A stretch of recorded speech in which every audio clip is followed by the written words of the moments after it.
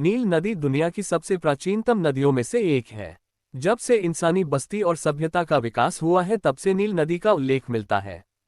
हजारों सालों से यह नदी शुष्क क्षेत्र को हरी भरी कृषि भूमि में बदलने के लिए एक उत्तम सिंचाई का स्रोत प्रदान करती है। वर्तमान समय में सिंचाई के स्रोत के साथ साथ महत्वपूर्ण परिवहन और व्यापार मार्ग के लिए नील नदी का उपयोग किया जाता है।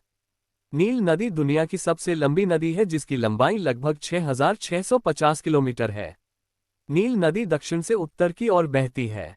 नील नदी 11 विभिन्न देशों से होकर बहती है जिसमें Tanzania, Uganda, Rwanda, Burundi, Congo, Kenya, Ethiopia, Eritrea, Sudan, दक्षिण सूडान और इजिप्ट शामिल है। मिस्र के विकास में इस नदी का अत्यधिक महत्व है लेकिन इसका उगम मिस्र से नहीं होता है। इजिप्ट में प्रवेश करने से पहले ये नदी 9 अलग अलग देशों को कवर करती है और अंत में भूमध्य सागर में मिल जाती है। नील नदी की दो प्रमुख सहायक नदियां हैं, सफेद नील व्हाइट नाइल और नीली नील ब्लू नाइल। सफेद नील नदी सबसे लंबी सहायक नदी है जो अफ्रीका की सबसे बड़ी झील विक्टोरिया झील से शुरू होती है। दूसरी सबसे लंबी सहायक नदी ब्लू नील का उगम इथियोपिया से होता है। नील नदी का नाम ग्रीक शब्द नीलोस से पड़ा है। प्राचीन मिस्र सभ्यता के दौरान इस नदी को या और कहा जाता था। इन शब्दों का अर्थ होता है काला।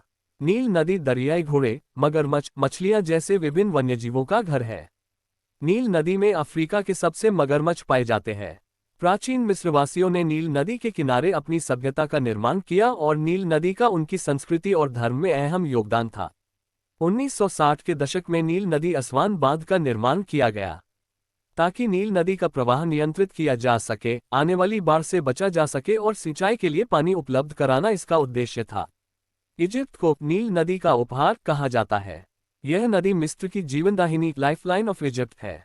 नील नदी के बगैर इजिप्ट सिर्फ एक रेगिस्तान रह जाता। नील नदी कई महत्वपूर्ण ऐतिहासिक घटनाओं का स्थल रही है जिसमें 1898 में ओमडुरमैन की लड़ाई और 1956 में स्वेज संकट शामिल है। नील नदी का उल्लेख बाइबल और कुरान में भी मिलता है।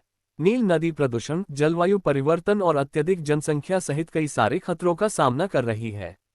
इसके बावजूद ये अफ्रीका लाखों लोगों के लिए महत्वपूर्ण जीवन रेखा बनी हुई है।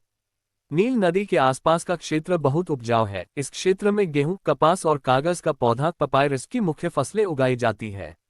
ऐसी ही रोमांचक जानकारी पाने के लिए हमारा चैनल सब्सक्राइब करें और बेल आइकॉन दबाइए ताकि आने वाली हर जानकारी आपको पहले मिले।